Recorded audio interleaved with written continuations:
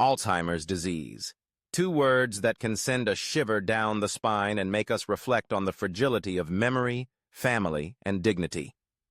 For millions of people around the world, Alzheimer's is not just a medical term or a distant concept. It is a reality, a shadow looming over daily life.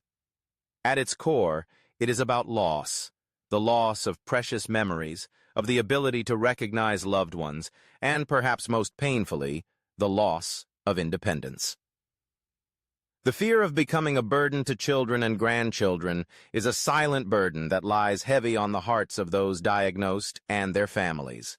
Let's take a closer look at what it feels like to face this disease, not just as a collection of symptoms and facts, but as a deeply personal journey, one marked by anxiety, hope, and the longing to hold on to one's sense of self. Imagine waking up each morning and feeling that the world has subtly changed. Familiar faces seem less recognizable. Daily routines become puzzling. Phone numbers and names drift just out of reach. These are the earliest warnings of Alzheimer's. A slow and cruel thief that works quietly at first, then with ever greater boldness.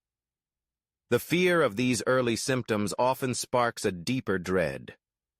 Will I lose control? Will I still be myself? And above all, will I become a burden to my family? Independence is more than the ability to cook a meal or drive a car. It is the freedom to make your own choices, to care for your own needs, to live your life on your own terms. Alzheimer's threatens this independence in insidious ways. As the disease progresses, simple tasks grow complicated. Where are my keys? How does one tie a shoelace? How does one make coffee in the morning? Bit by bit, the authority over one's life slips away. Many people living with Alzheimer's mourn not just the loss of memory, but the quiet, invisible loss of their own autonomy.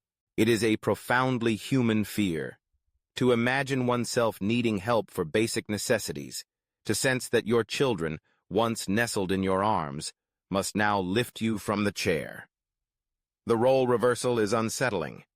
For parents who have spent decades giving, protecting, and nurturing, the idea of receiving that same care, of shifting from protector to dependent, can feel like a defeat.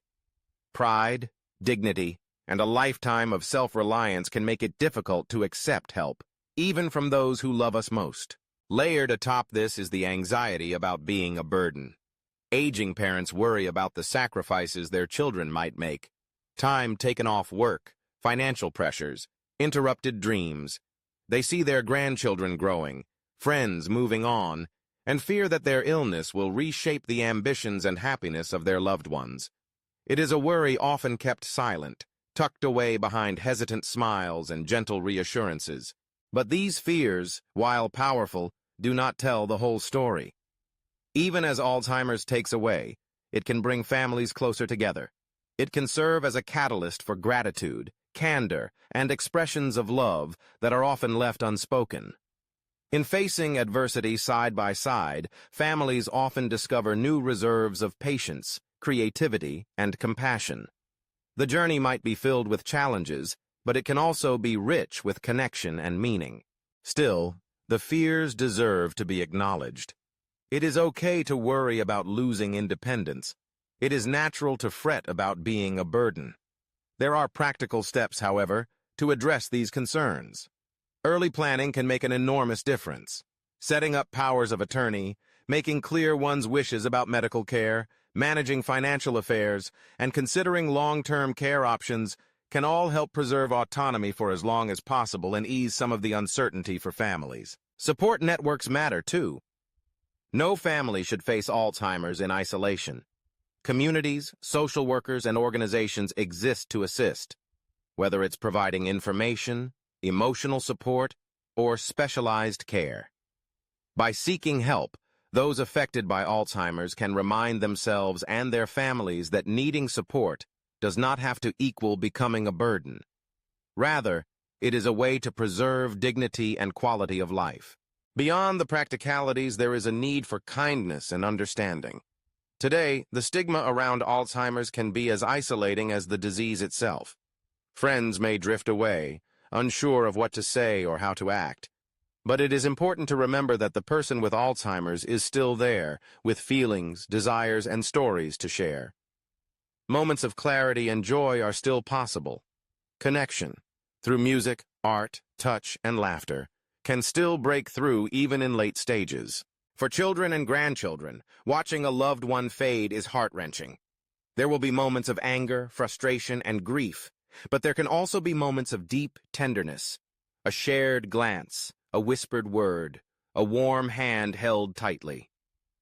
Showing patience, compassion, and respect preserves not just the dignity of the parent or grandparent, but also the family bonds that Alzheimer's can never fully erase. So what does it take to face Alzheimer's without letting the fear of dependency and being a burden overshadow everything?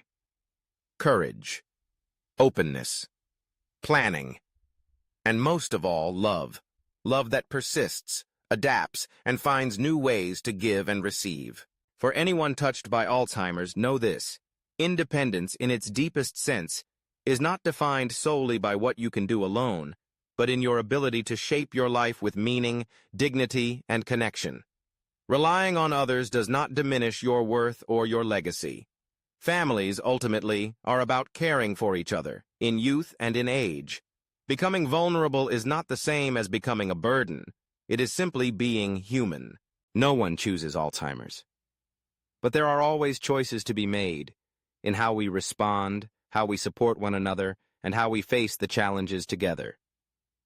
By talking about our fears openly, by planning thoughtfully, and by reaching for each other with empathy and understanding, we can face the journey with hope, resilience, and a sense that, even in the hardest moments, we are never truly alone.